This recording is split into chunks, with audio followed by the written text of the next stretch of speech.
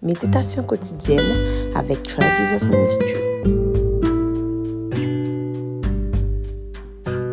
Allô, bonjour tout le monde, comment vous allez ce matin? Comment a été la nuit? Tout va bien, j'espère. J'espère que votre journée sera bonne.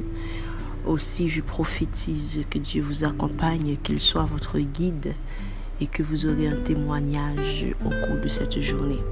Ce matin, nous lisons dans le livre de Luc au chapitre 12, à partir du verset 15.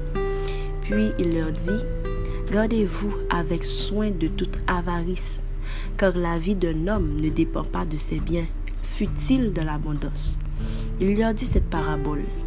Les terres d'un homme riche avaient beaucoup rapporté, et il raisonnait en lui-même, disant, « Que ferai-je, car je n'ai pas de place pour serrer ma récolte.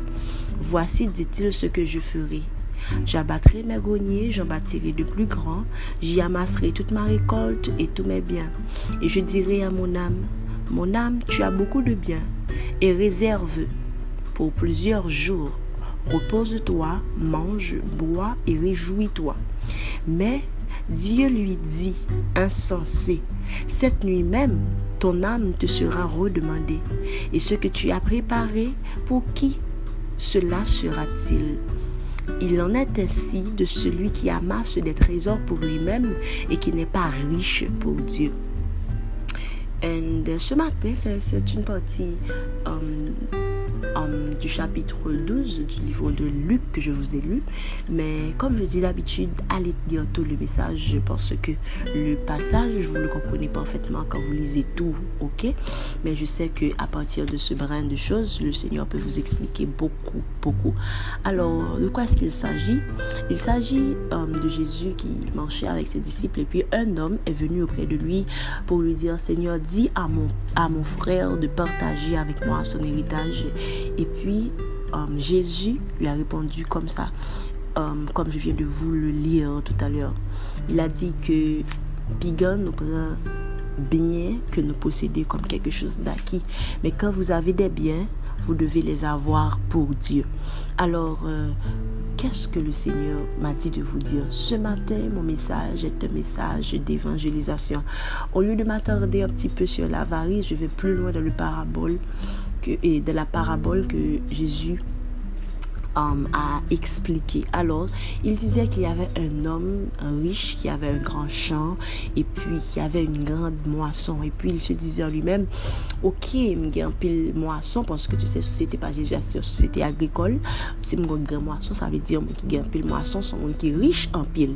Et puis, il a dit que grenier que j'ai là, papa Kembe, richesse pas, de écraser ou faire l'autre grenier. Et puis, il préparait des choses pour recevoir sa grande richesse.